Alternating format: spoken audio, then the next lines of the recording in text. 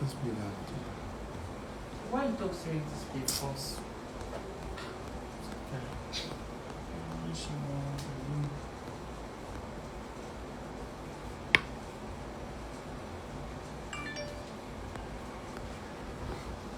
Peter, go and copy the link for the live and paste it on the group now.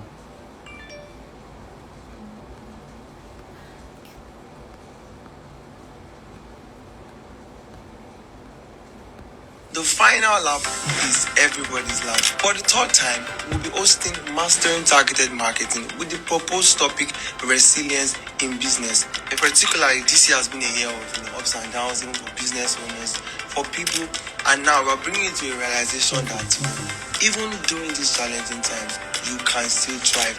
And of course, I know a lot of people have had goals throughout the year. You have had times whereby, your goals for the year, you have checked them and you're like, okay, I've not gotten this and this has not. It is not over. There is so much time to actually cover up for more, even for the start of 2025. Introducing our special guest on that very day, an island of knowledge, ready to dive us deep into conversations and answer our longing questions in person of Hon.seyi Adisa. On this live session, because it would be happening on the 17th of November by 8 p.m. Trust me, I want to see you there.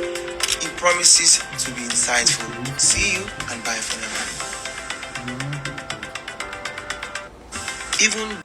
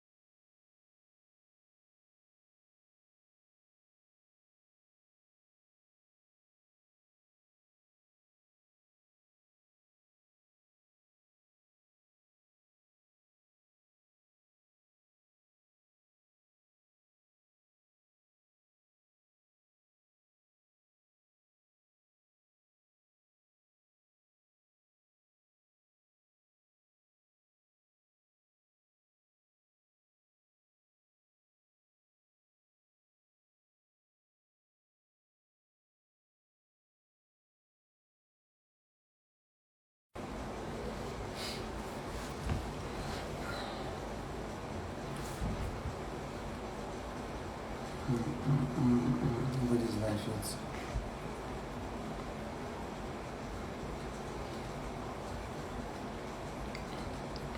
Good evening, everybody, and trust you all had a good day.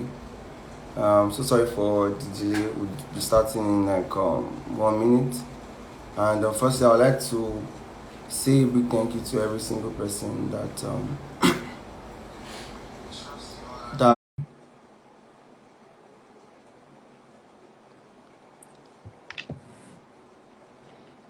I would like to say a very big thank you to. Good evening, sir. Good evening. How's it going? Very well, sir. Thank you Thank so you much. for inviting me. Thank you so much, sir. Good to be Trust here. you had a good day, sir. Yes, of course. It's been a busy day, but it's good to be here. Thank you so much.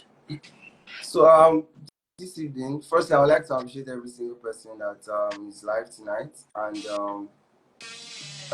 want to say a very big thank you to every single person. And Before I start, I would like to appreciate our guest for joining us tonight. I mean, even with the short notice, we do not take it for granted, and we sincerely appreciate you so much, sir. So I would Thank just you. like to do like a quick give like a quick biography of our guest. Our guest is a Nigerian public administrator, a speaker, a lawyer, an entrepreneur, and a politician. Born on the 7th of November 1983, he is a former principal of the private secretary to the executive governor of Oyo State. He is the immediate past honorable member who represented Afijo State constituency of Oyo State in the 9th Oyo State House of Assembly. He is a member of the All Progressive Congress. Currently, is the founder of the African Governance Institute for Development, a African organization set up to equip young aspiring leaders with the mindset and skill sets required for public governance, as well as educate citizens to participate in demanding good governance in order to hold leaders accountable across African nations. Ladies and gentlemen, I present to you this evening in person of Hon.seyi, sir. Thank you so much, sir, for being here tonight. And so briefly, Mass Targeted Marketing is a series that we've started like since last year, and usually we've had three guests in the past. We've had Babatunde, we've had Akintola Beans, we've also had Beasley. And usually, one of the things that we're particular about when it comes to sessions like this is we create an intermediary between answering the longing questions of people, because we know of a fact that so many people have a lot of questions in their heart and in their mind, but there's no interface. There is no you don't have access to talk to people in IST or people that know so much about these things to give answers to those things. And sometimes we admire from afar and we're like, oh, I like the way this man is doing, or how he's striving in his business, or and all of those things. But still, we, as much as we aspire and we like these things, we still have a lot of questions in our heart. And that's one of the reasons why mass marketing is in place, because we feel like it's like service to humanity, trying to, like, of course we are all youth, and of course we have bigger dreams, we have a lot of plans and aspirations, and we expect that answers are being made to these things. So, and of course the first session we had, that was last, it was really really amazing. I mean, we had a lot of testimonies from people saying, oh, thankfully I was on the live session and all. And so today's topic is resilience in business. So this topic came out of the box of, like I said in the video, I said it came out of the box of trying to focus for major people this year. We understand the situation of the country, we understand the situation of things generally, and of course, for someone stepping into a new year, we all have expectations, goals, plans, and all of those things. And in my mind, I'm like, okay, I have like 10 goals for this year, and due to inflation, a lot of things that happened, everything just, and this is November, and I'm like, which way? And I'm looking at my list, and I'm like, one, two, like, because for me, I mean, I expect that at November I should be ticking up almost everything, and I should be like, okay, I've had a successful year, all glory to God and all. And November, I'm like, which way? So, um, for business owners, for entrepreneurs, for individuals that are in this kind of situation, and of course, they had goals for the year, they had plans for the year, and they're in this kind of situation, and they're like, oh, which way? So, and that's where like the old idea of the old topic came out for me, that even in these trying times, I mean, we can still thrive. Particularly, even if we have like few more days to the end of this year, we can still end the year on a stronger note, preparing you for a stronger start for 2025. Let's admit that, okay, what has happened has happened. Everything has happened. But we can be sure that we are setting the pace for the forthcoming year on the very strong note. And I'm so glad that our guest today is a seasoned expert, and is will be willing to answer our longing questions. So if you had questions bothering your mind even before now, you can send me your questions. But of course, I will be asking my own questions firstly. And thank you so much, sir, once again for joining. Thank you so much to everyone that's joined. Thank you so much. We sincerely really, really appreciate your efforts tonight. So I will just dive in straight into my own questions, sir. So sir, for someone or for an individual that has goals for the year, for instance, and because of the current situation of the country, there's always a saying that if you are in Nigeria, you pray a different prayer point, and if you are somewhere else, maybe you are abroad, there's some prayer points you don't pray about. So for someone that is in Nigeria, of course, I trust that we have some other people that outside the country on this call, but of course, majorly like Nigerians.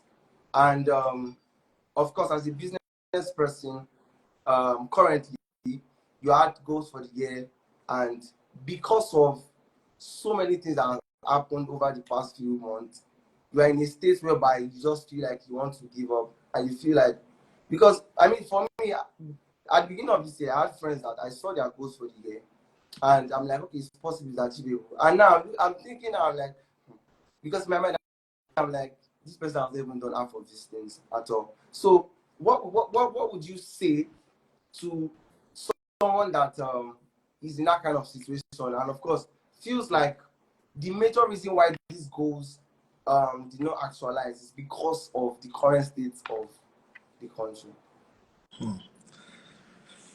All right. So thank you very much. I hope you can hear me clearly. Yes, I can hear you, Um, sir.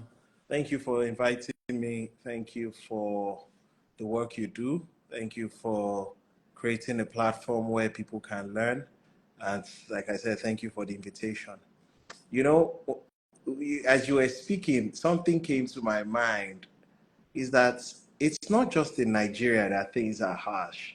Um, I mean, this year I've been privileged to go to some other countries uh, in America, in Mexico, in Cote d'Ivoire. I think globally, so let's not make it. You know how the Bible says, "There's no temptation that has before you that is not common to man."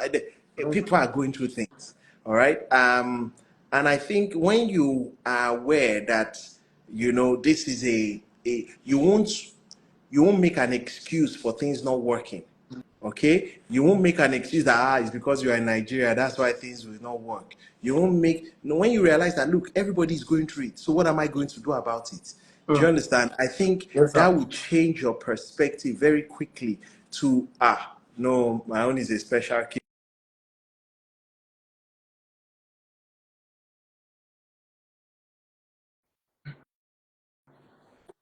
Because we've politically or policies, two big policies have changed things very rapidly. The subsidy Yes, and the sir. floating of the naira. I think it's made it more conspicuous in Nigeria, but I think globally things are tough. But to start to answer your question is, first of all, I celebrate the fact that people are keeping goals. And I think that's Mm. what maybe 90% of people don't even do. They just carry on the next year. So the fact that you're keeping goals is a good thing because it means that you can evaluate. And one person I follow a lot is John Maxwell, and he says, look, it's okay to set goals. That even if you don't achieve them, you would have grown, you would have made some efforts that would have gotten you at least steps closer to the goal, or at least steps away from where you were towards where the goal is. So when people tell me, oh, things have not been this, I said, okay, no problem. We go again. We try again. We would set new ones, and we will be maybe a little bit more strategic as well. Now, am I saying people have not been strategic? Of course, people planned. They didn't see Naira going to 1,017. They didn't see these things happening. But I also like to tell you, Kenny, there are people making millions even with Mm. these changes. There are people making a lot of money, and they don't have any special positions. So for me, your question specifically is what should they do? I think it starts with the mind. I think it's more or less You know, when I plan for things, I plan failure into the loop that if it doesn't go well, I will learn, I will start again. I will learn, I will start again. I will learn what didn't work. Is it that I didn't build relationships properly? Is it that I was too, my assumptions were too positive, negative thing happening? Because when you are putting those plans in place, you need to also be aware that it may not work, you know, and Yes, sir. have a plan B and plan C. So for me, what I mean, you know, at the start of this year, I know what I had planned, you know, and it started actually very well for me, certain things. And then there was a time everything just did not work. But as you know, I'm a person of faith. I like to hear what God is saying per Yes, time. sir. And to your topic for today, resilience means you keep going back. Yes. There are some people that have told me no 3 4 times this year, but in the last week some things have happened that no is turning back to yes, that no is Mm. turning back to, but I wouldn't have known if I didn't keep going back. And there are still some no's that I'm facing, and I say I won't give up. I will go back Yes, again. sir. I will ask again. I will, because at the time the person may have been going through something, the person may have been having some issues and they don't want to talk to you and they don't want to, but I will go again. So what have I said in essence? That resilience means that you plan failure, you keep going, you keep pushing, but you don't just keep going. Listen and hear some of the strategies you need to change. Listen and hear some of the things you need to do. Listen and hear some of the relationships you need to build. The moment you are in tune, it helps you a lot to put things in perspective and to be able to grow them. So I think that for me is part, because every time I review this year, especially August, early September, Yes, sir. all the things I've been working for just fell. Like everything just fell. Like the people stopped picking up their calls. And you know, I do a lot of work in Abuja now. As a lawyer, I'm advising governments, I'm advising on policy, I'm a lawyer, so I advise on legislature, Yes. I advise on so many other things. And the same people that were picking up my call stopped picking my call. They Wow. just went, you know, if you might call it, they went hostile. They just, you know, I just said, well, you know, we'll pray, we'll continue. And then now some of them are saying, you know what, the other guy that we thought was going to get it is not picking our call. So we've come back to you, you know. But all of this is because we kept pushing. We didn't give up. We had no, we had this. We thought it was failure, but we just kept going back. And like I said, it's not just about going back, it's about taking as to what new thing, who should you know, call, what Yes, sir. relationships should you focus on. I'll tell you one that happened to me last week. This was not in my plan. And to the point of, even when you make plans, God can be bigger than your plans. There's something that happened to me last week. Someone that I did not put in my plan, I did not see him in my plan, but it's somebody I had met. And relationship is extremely key if I'm going to advise people generally. This person, I called him. He got a position. I called him, and he said, "Let us meet." And in that meeting, like 2 or 3 doors opened in that meeting. It was not in my plan. It was not in my plan. I did, and you know, you just keep thinking that this is why you must listen and hear and follow up and build relationships. I think that's it. Plan failure. Things may not work the first time, but we're willing to go again.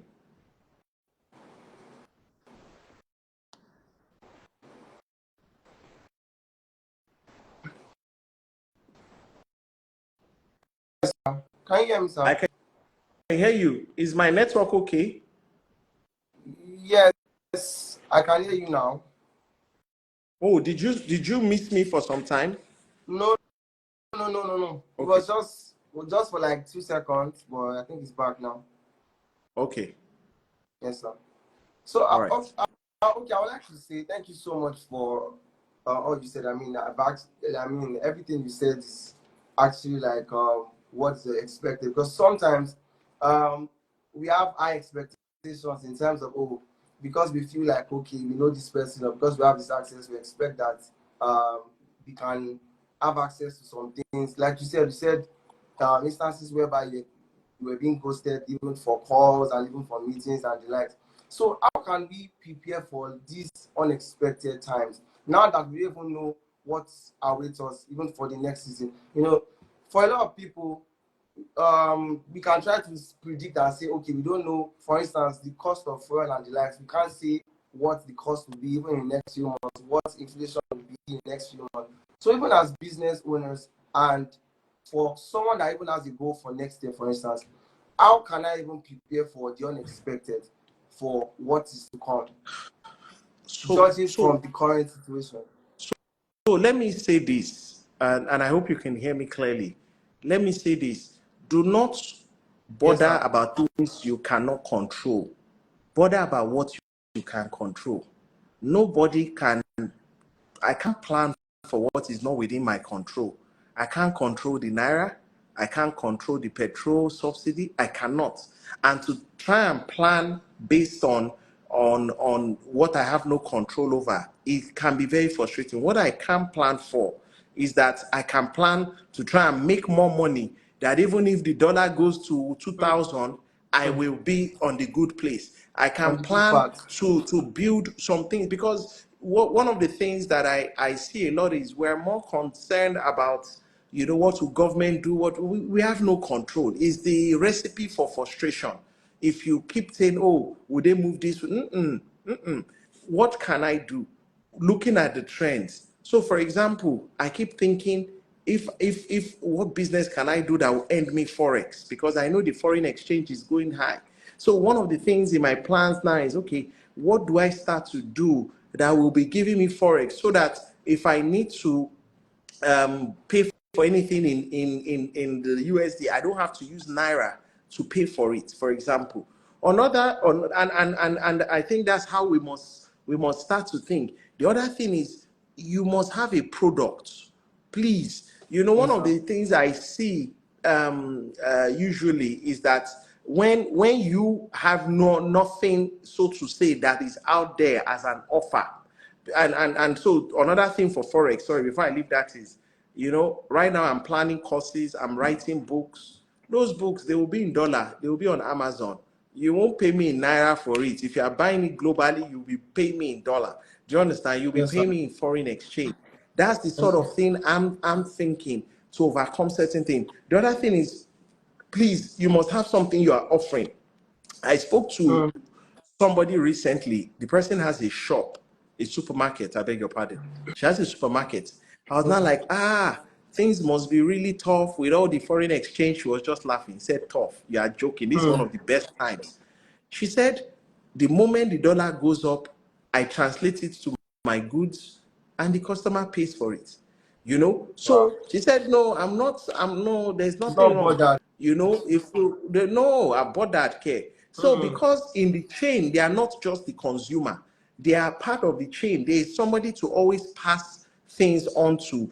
So if it's a book, if it's something, please, you must put something out there that people are paying you for, and preferably something that will work in this season. So don't plan for things you cannot control. Mm. Plan for things you can control. What are the things I'm going to build? What are the things I'm going to create?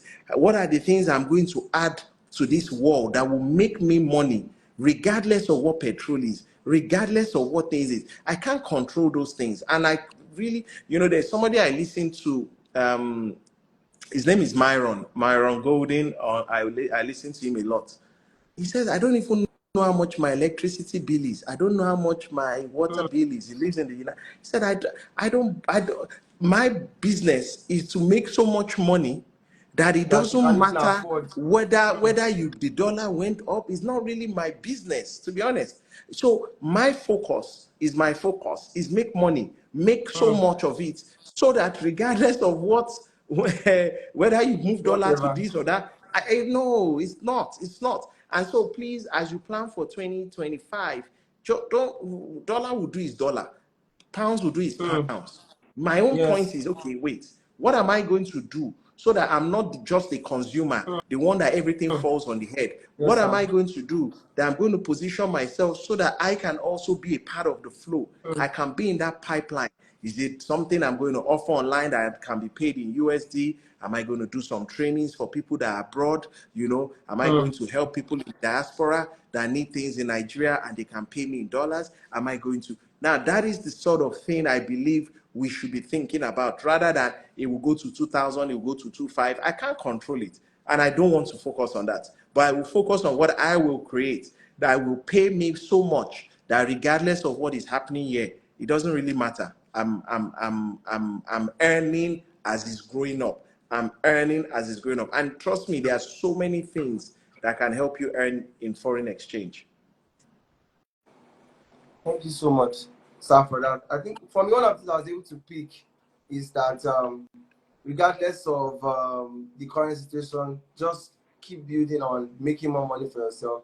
And no matter what happens, plan for the expected. Don't plan for the things that you cannot control. Yeah. And no matter what happens, let your focus be on trying to like make so much for yourself, so that regardless of what happens, you would still be able to like afford. So for me,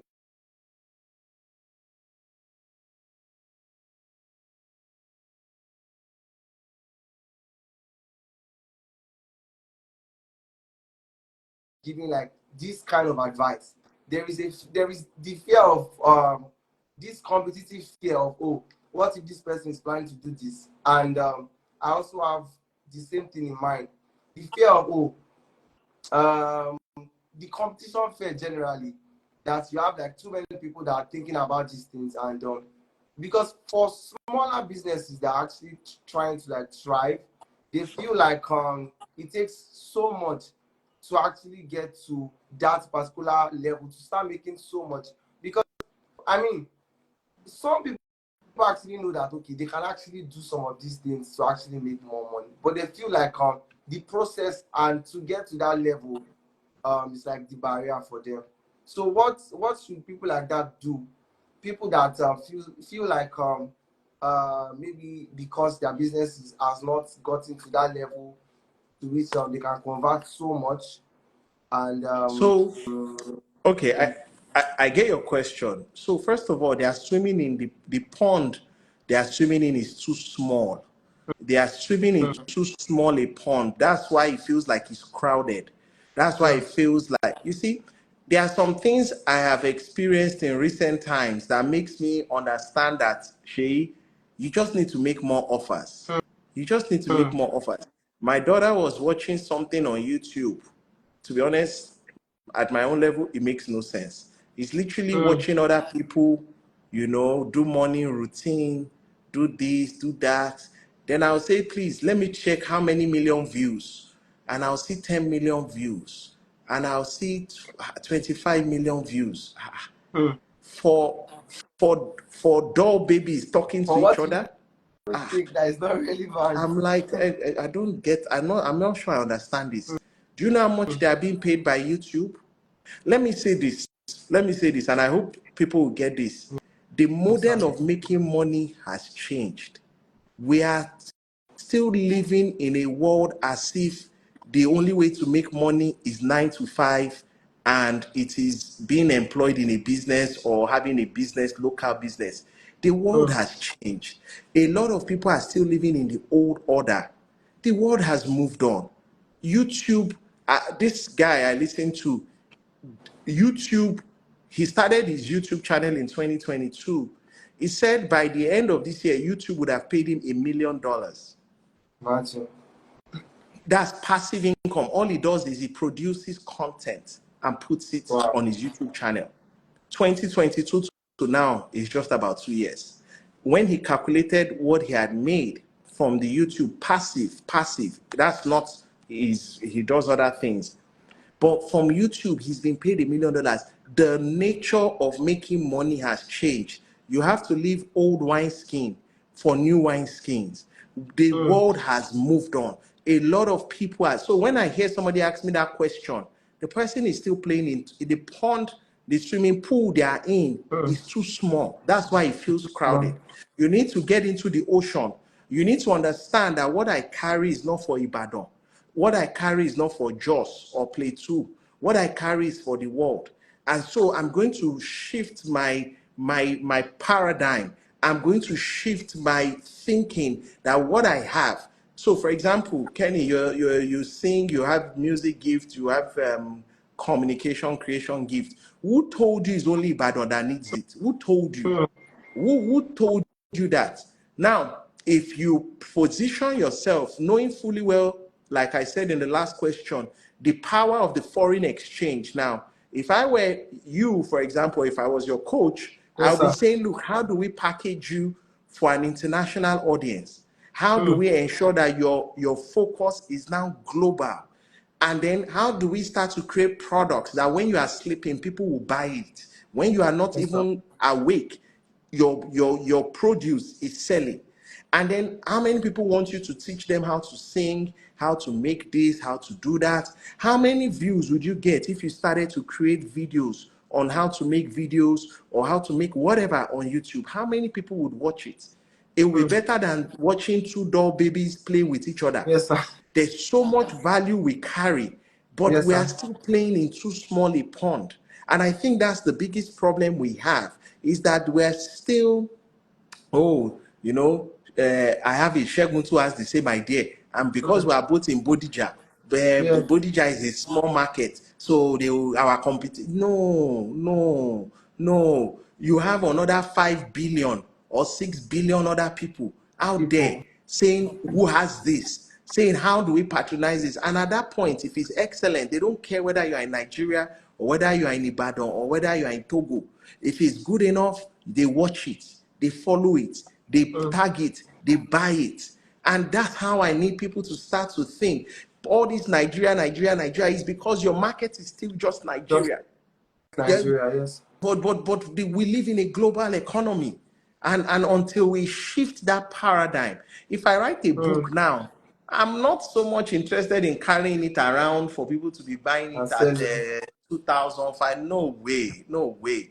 If you want to buy the book, you'll be buying it 9.99, 29.99, 49.99. You're Wow. paying me in forex. Yes. I'm not going to be collecting. First of all, the quality of my book, it will not be something you will even be able to offer me 2,000 for. Not just in Mm. substance, but in form, in everything, because I must put something out there that the world is ready to receive. And so I think we need to quickly shift our paradigm. That, oh, somebody else is thinking of it, somebody else. Of course, it's not a monopoly. But no matter how many people think of that same idea, execution would differentiate excellence and those that are mediocre. The execution, the implementation would differentiate those that they will celebrate and those they would ignore. And so it's not just having ideas. It's good you have ideas, but better than that is that you have solid execution, excellence as a watchword. And then by the time you put it out there, the world is saying, where have you been? Where have you been? This is what Yes, I sir. have been looking for. This is what I have been praying for. Oh gosh, what took you so long?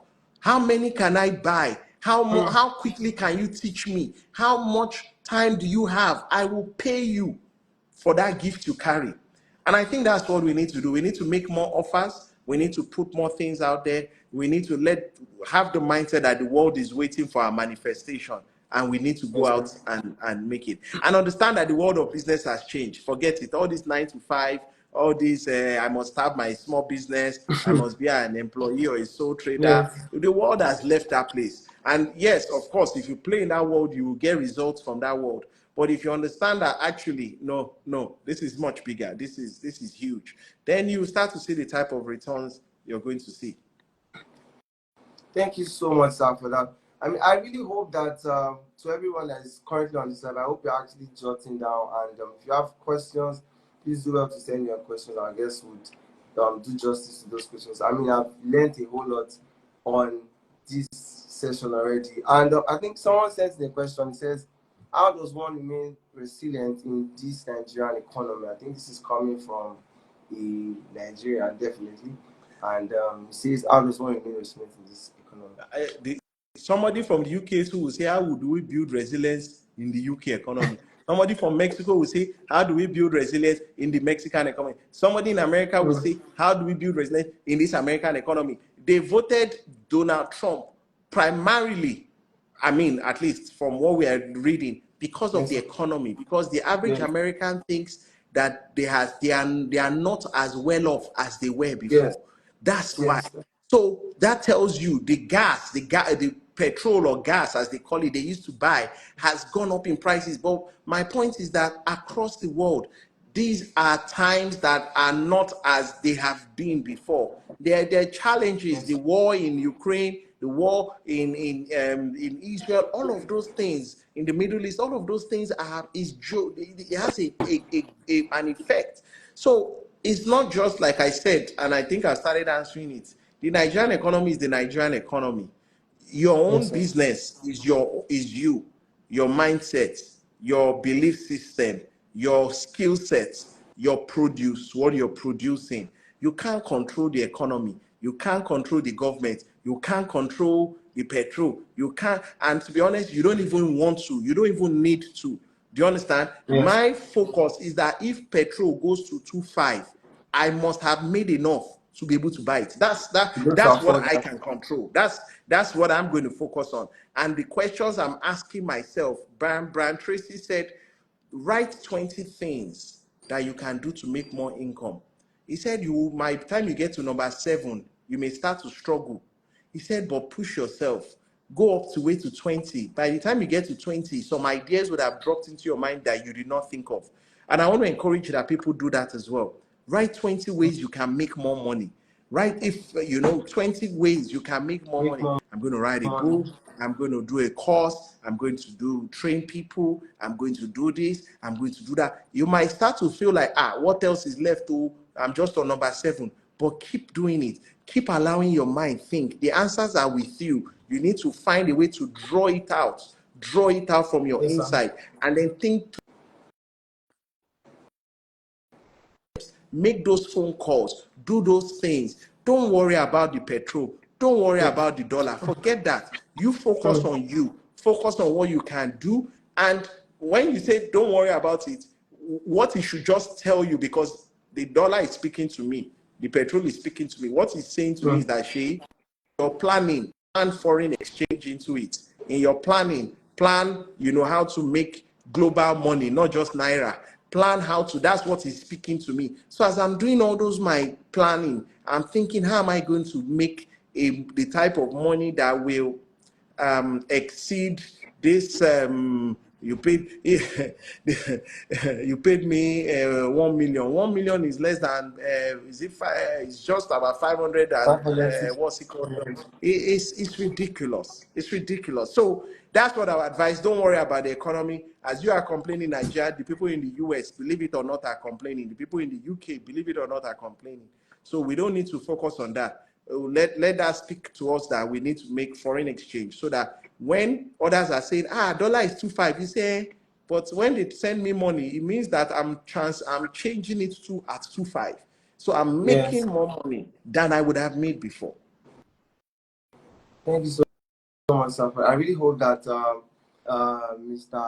Diakola has uh, understood like the question. So okay, I would also take other people on the live session. So kindly send in your questions. One of the reasons why we are live here tonight is to create an interference between you and also our guests, and you send in your login questions. I mean, if you have said some things on the live sessions and you probably feel like there's a contrary opinion, or you feel like there's something that you don't still understand, please feel free to send in your questions and we'll be willing to answer them. So okay, I would also like to ask that for you personally, what has been the major turning point in your business, using like resilience as a reference? So I started my first business in 2007. I don't know how many years that is now. So 50, that 15, 16, I don't know how many years that is. Anyway, I I started my first business then, and I failed at it. But why did I even start that business? And that's for me the turning point. Before then, I had a contract for a job, and it was a very well paying job. It was to be a very well paying job in the UK. Okay. A lot of money, a lot of money. In fact, when I was at law school, they had started sending us wealth managers because they knew we are going to be in the top 1% in the UK. So just try and picture that type of money. But 2 weeks before I was supposed to start, they canceled the contract. Yes, sir. And for 2 years, I had that mindset that I was already a millionaire in Naira and I was soon going to be a millionaire in pounds. And 2 weeks before the contract was cancelled,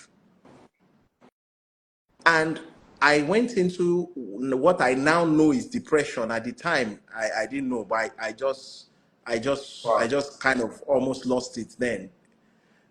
But I'm grateful for that experience because it taught me some things. And when you talk about turnaround, that's the Yes, sir. turnaround. What did it teach me? Two things. Number one, I do not place any trust in any system. I place no trust in any system. That's number Yes, one. Number two is I lost the ability to be afraid. I through that process, I came out and I lost the ability to be afraid to start things because there is no security anywhere. There is no safety anywhere. It was almost like somebody had millions and fell to zero. So the person that has fallen has no fear again. It was like this was the worst that could have happened. To eat, I needed people to give me money. To survive, I needed to. My cousin had to, because I used to give him rent. He had to give me rent free. I couldn't. So I was at the lowest ebb of my life. But what it did for me, I lost the ability to be afraid of starting things. What's the worst that will happen? It will not work. So yes. if it doesn't work, we'll continue again. As in, there's. So if you wanna, I tell people, the gap between ideation and execution for me is very short. Some people, I have an idea and it takes 1 year, 2 years before they do it. What I have learned since that experience is that if God gives me an idea, between idea and execution is like this. I start, and then I build as I go along. Yes, sir. So turnaround, it happened in the mind. And that loss of fear to start things, fear to things will not work. Even the one I thought was going to work did not.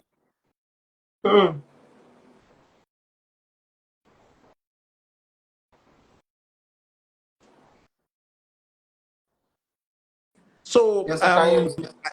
yes, so I think that was the turnaround for me, the losing of fear. There was no fear since that period, and I've been able to take bolder decisions. I've been able to. And like I said, the first business I did after that experience, I failed.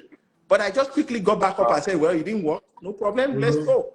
I started my Yes. law firm in 2010. Next year, February, will be 15 years the law firm has been running. And by the grace of God, we have 19 lawyers, and maybe 10 or more admin staff. That's 15 years ago now. So we have lost fear, and I think that's what I wish most entrepreneurs will. That's the point I hope most entrepreneurs will get to. That look, if God places something in my heart, do it, do it. Now is the time. Let's do it. Plan. If it fails, no problem. We would have learned. We would have grown. We will do it. We'll go again. But to not try is unforgivable. To not do it is unforgivable. To not take those steps is unforgivable. And people will analyze, and then eventually the law of diminishing returns enters into it. Because if you don't take action quickly, the more time you give it goes into like a diminishing return, and the Comes likelihood down. of you doing it becomes lower over a period of Yes. time. So lose that fear, lose that it will not work, lose that what will people say, lose that, oh no, no, no, not me. And I think that was the turning point in my life. And I always tell people it was a tough time. Like I said, I eating the next meal was not certain. The way things were going to Wow. go was not certain. And I had come from the people that they were teaching to have a wealth portfolio. Mm.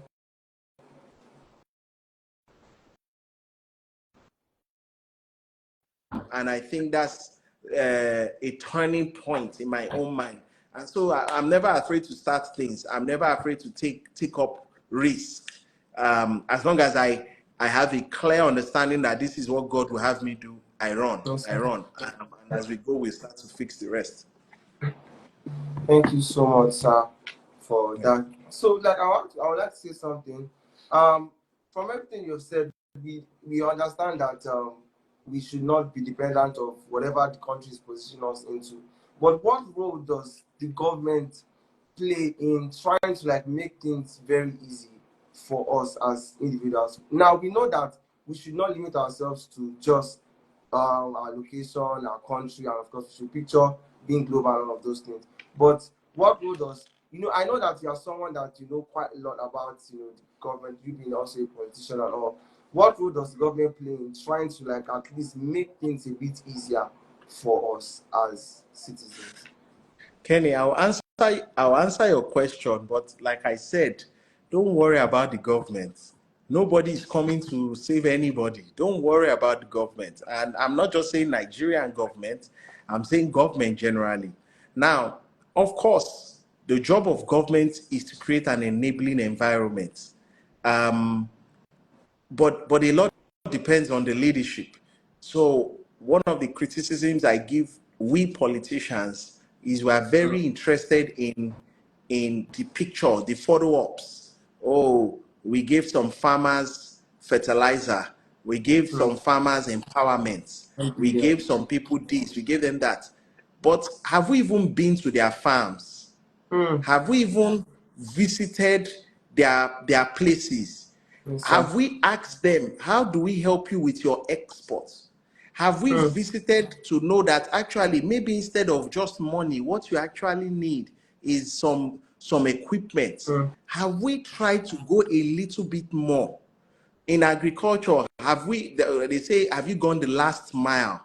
And I Mm. think that's what we don't do enough in government. We make policies from a central point, we make policies from a far reaching point, and the people that the policies apply to, we are not close enough to them.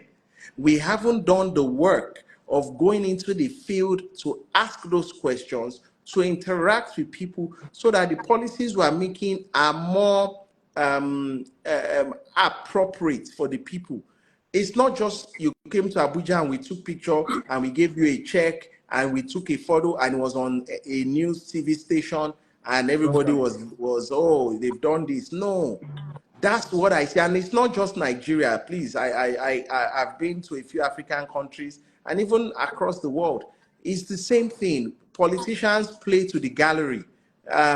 We like the numbers, and I say we because Yes. I'm not trying to separate. So if people say, oh, this man is a politician, so why is he talking like, he's trying to sound like no, we play to the gallery, we like the numbers, but what we are not doing enough is we are not doing the real work. The real work of saying, if I am going to, say, for example, be in charge of the airports, I must visit the airports. I must go through the system. I must know what the pain points are. If I'm in Mm. charge of farming, I must go to the farms in the geopolitical zones. I must understand those needs so that I can make the right policies. And I think until government generally starts to go that last mile, rather than Mm. just sit somewhere and just say, oh, we've done this, we've done that. I now with the work I do, I read a lot of policy documents. I read a lot of, and when I'm reading the implementation plan, I see problems. I see problems. This can't work. The very nature of what I see is a problem. You can't sit here and be writing things that will apply Yes, to sir. some people that you've never seen. How do you represent people you don't know? And then you tell people to come to a place to register. From their farm to that place might be 2 hours. Yes, How do you want it to work? So don't let's, like I said, I don't want to go into that part. Don't worry about the government. What you must do is worry about your future, how you want to make your own. Government, naturally, what you should do is continue to hold government accountable, is continue to ask questions, is continue to use your voice, is continue to make demands, is continue to say, government, you are there because we put you there, and so we need you to do this, we want you to do this. And if you don't, we will tell you with our votes at the next election. If you don't, we will make the force in the public opinion and court of public opinion and things like that. I think that's what really people really need to do. But if not, we'll just let government continue to do whatever it feels like doing. But holding government accountable is a different question. So I don't want to go into that. But for you, government policies will be government policies. The other thing I should say to end is that we can also partner with government, because government doesn't have all the answers. And sometimes I have seen business people go to government and say, we can help you here. I always tell a story of the company that owns Nando's. It's a South African company. And when the South African government wanted to do school feeding program, giving children food in the community, Nando's company, I've forgotten the name of the company, they went to meet the South African government and they said, you know what, we can help you. We understand food, we understand logistics, we understand how to, do you understand the quality assurance and everything? Because of their expertise, they were able to work with the South African government and they were able to get food on the children's table, at least maybe 1 year faster than government could have done it. Do you understand? Why? Because they didn't see government as a stranger. They saw it as our government. And private sector must partner with government to help, because government is your uncle, my auntie, your sister, my brother. They don't necessarily have specialized skills, but your company may have that skill set. You partner with them for solutions to the country and nation building. The ability to work with government to see the results you want to see. Thank you so much for that. I mean, for me, you're actually one of. I would really we would have also appreciated in this country if we had more people, like more politicians, talk about this coming from like a very, very sincere and a very, very honest. Because I mean, for most people, and I mean, the ideology that I have about most politicians, I feel like most of them, they kind of know the truth, but tend to like shift away from it and just want to keep being the face. So there's someone that asked a question. The person says, what books or who do you listen to that helped you change your mindset? Can you recommend some of them? So I listen to different people.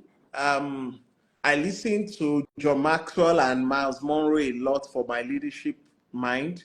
If you look on my table, I have a lot of leadership books. I do a lot of leadership. Now, for my mind that I'm changing the way I see money and making money, there's a guy called Myron Golden that I listen to. Is turning my mind, is twisting my mind as to how money is being made in this new world. He's good. Brian Tracy is also good for many, just being an effective leader. So that's why we have YouTube. That's why when I'm cutting my hair, I'm on YouTube. When I'm having my shower, I'm on YouTube. I'm listening to a lot of things because those things are entering my mind and they are building layers to the extent that I go through what there's something we say in change management. It starts with awareness. So you're aware that the world has changed. All right. Then after awareness is desire. You want to change things. You want things to happen. You're aware, then you desire. Then the next thing is you need knowledge. Do you understand? So knowledge, you keep gaining knowledge on that area. And then ability, you start trying to do. But then there's something called reinforcement, which means you keep listening, because it's easy to fall back if you stop listening. So change is a process. We grew up with an education system that says go to school, get a job, marry, and live a good life, have a career, do 35 years, and die. That's what school taught us. That's the model they taught us. That model is no more the model. And for you to change that is a lot of rewiring, a lot of re-engineering. And so there needs to be a lot of re-listening to new concepts, new ideas, new ways of thinking that will bring new solutions and new products that you're creating for the world we're living in. Thank you so much for that, Mr. And I hope that the person that sent in the question has gotten answers to that question. Also, we have few minutes left. And let me Okay. encourage. So whatever you're looking for, I used to when I wanted to read about finance, I went to buy like 10 books. I Wow. was reading on investing finance, reading back to back. When I do leadership, I buy the books, I read.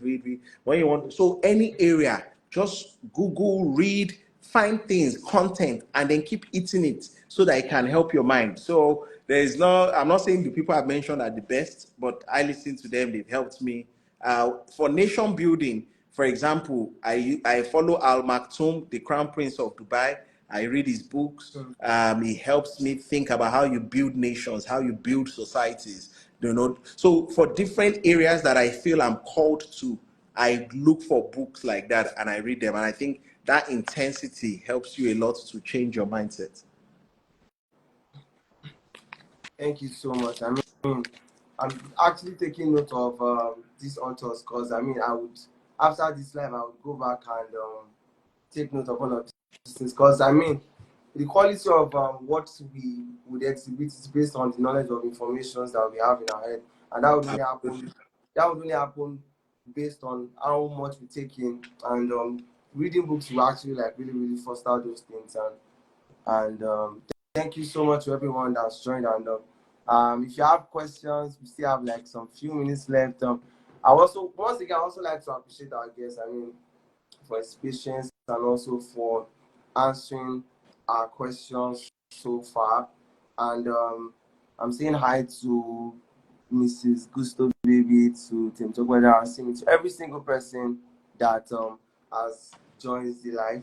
So there's also a question here on okay, the person says, how do you maintain supply chain supply chain visibility and transparency? How do you maintain Supply chain visibility and transparency. supply chain visibility? Yes, I'm and not sure I transparency. understand. I'm not sure I understand what you mean Because by I'm not because supply I'm not chain sure how to understand that. visibility. Yes. Um, But I think the person is measuring on the operational resilience kind of, but I'm not. Supply chain visibility. I really would love to understand what they mean. I think supply talks about inputs, Yeah. and I think I don't know about visibility, but one of the things I would advise business people generally is build relationships with your suppliers, with the people. There's something called backwards integration where if this is where you are going back a few steps, maybe you put things in place that would supply your business. Whatever you decide to do, make sure you build good relationships. In times like this, the to be able to get credit facility or maybe an extra 30 days might be what will help your business. Maybe the ability to get, some time before you pay certain things will be the difference. I know people again that run supermarkets that because of the relationship they have built so much credit line that the suppliers give them things in advance. Sometimes they've sold the thing and they just return the money to the supplier, they keep the profit. So relationship management is extremely important, in business, in any business, because sometimes you need your suppliers to stand with you when you're going through some tough times. And I think it's the way you have handled that relationship that will matter. But I don't understand what they mean by supply chain visibility. I hope that answered them a bit.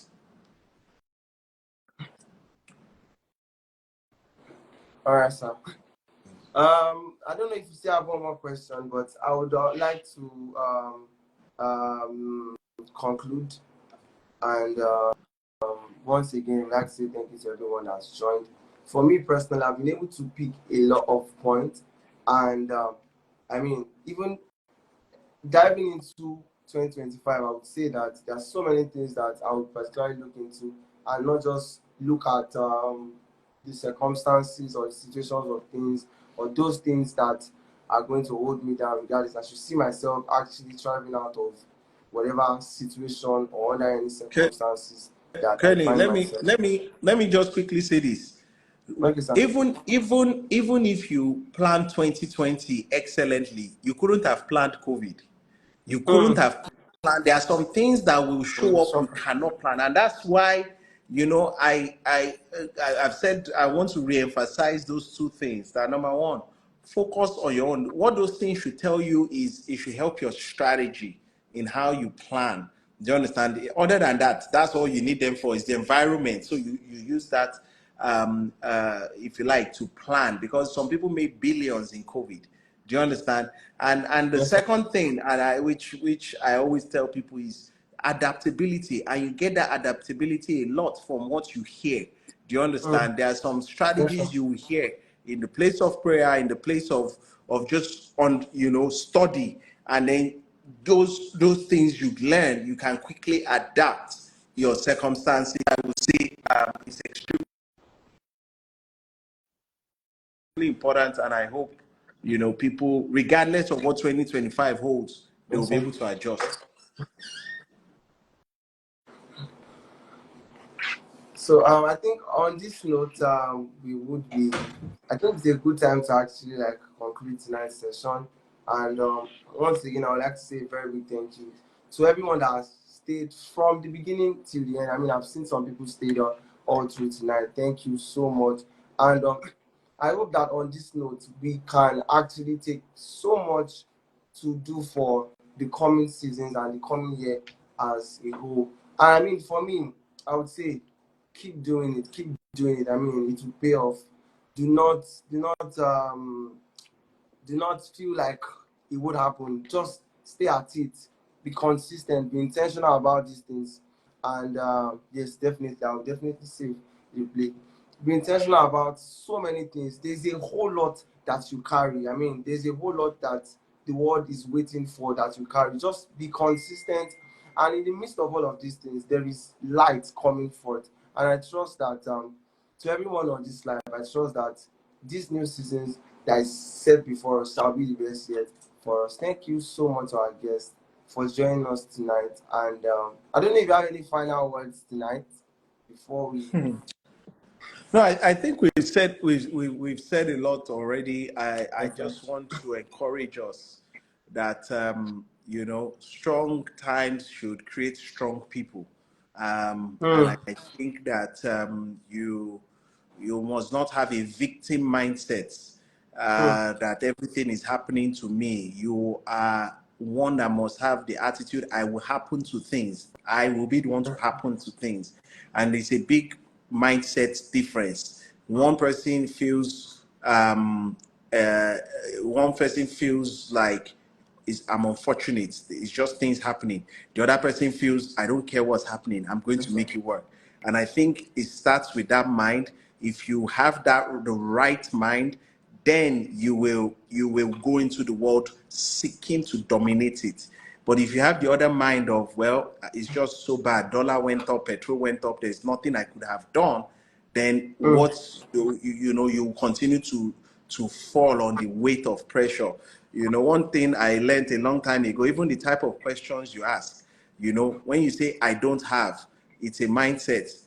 If you ask the question, how do I have, it's a different mindset. And those mindsets speak to how you will behave next. So please, let's have in mind that no matter what 2025 brings, we are more than enough. We have Yes, sir. somebody on our inside that is more than enough, that will help Yes, sir. us overcome whatever it brings. Whatever it brings, you are more than enough to make it happen with the God you carry on your inside. So I think that's what I'll end with. So I don't know what 2025 will bring, but I know whatever it brings, God on my side, we will Yes, sir. make it. We'll not just make it, we will thrive, we will fly, we will soar, because we carry the fullness on our inside. Thank you so much to everyone. And like you said, strong times should create strong people. Remember, you are strong and you are resilient. Thank you so much to everyone. And at this note, we would be saying bye bye to everyone. Thank you so much, sir, All right. for the honor. Thank you so much, everyone that has joined. Have a good night, rest, sir. Good night, everyone. Bye. Thank you. Good night. Bye bye. Thanks, sir.